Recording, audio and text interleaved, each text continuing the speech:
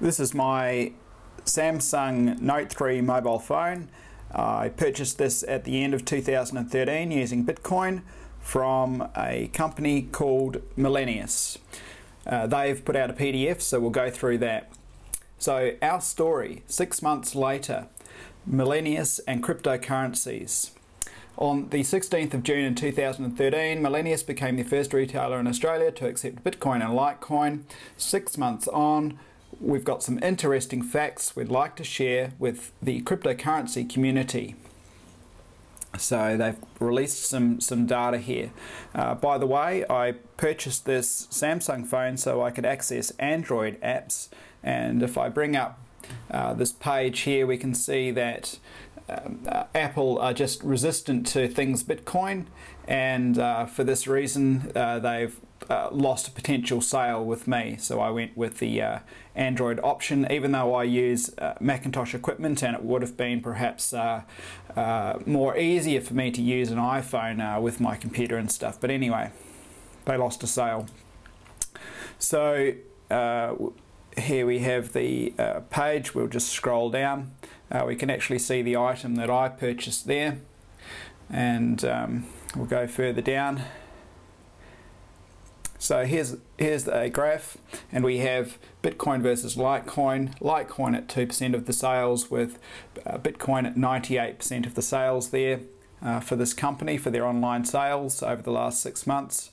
And here we have the order payment method. So a bit of a breakdown of how things have gone.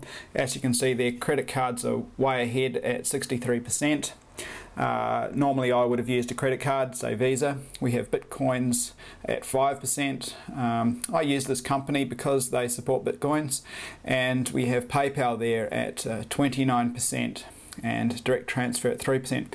I was looking at using Litecoin, but there was only sort of one guy, I think, at the company, and he wasn't there to do the Litecoin transaction, so I left it and I did Bitcoin.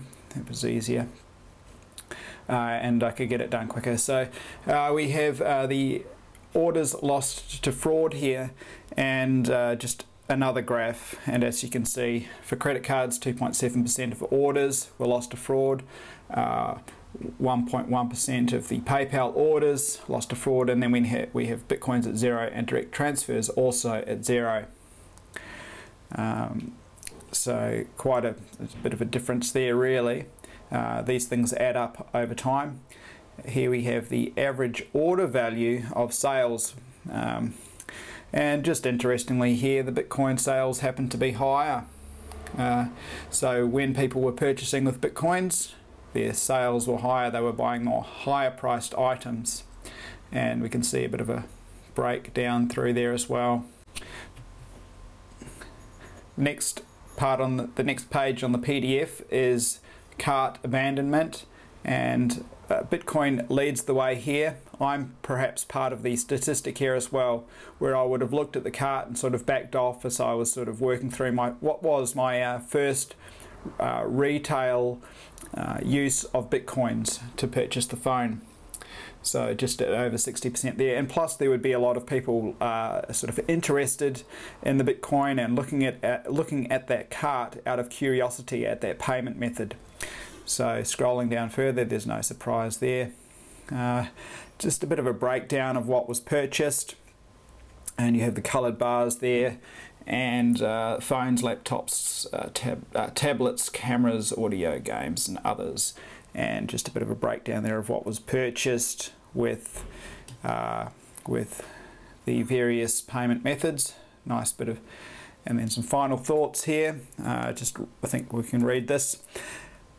At Millennius, we believe in the future of cryptocurrency as a complement to existing payment options available. Cryptocurrency has helped negotiate fraud down to 0%, helping us safely expand our reach to a global audience.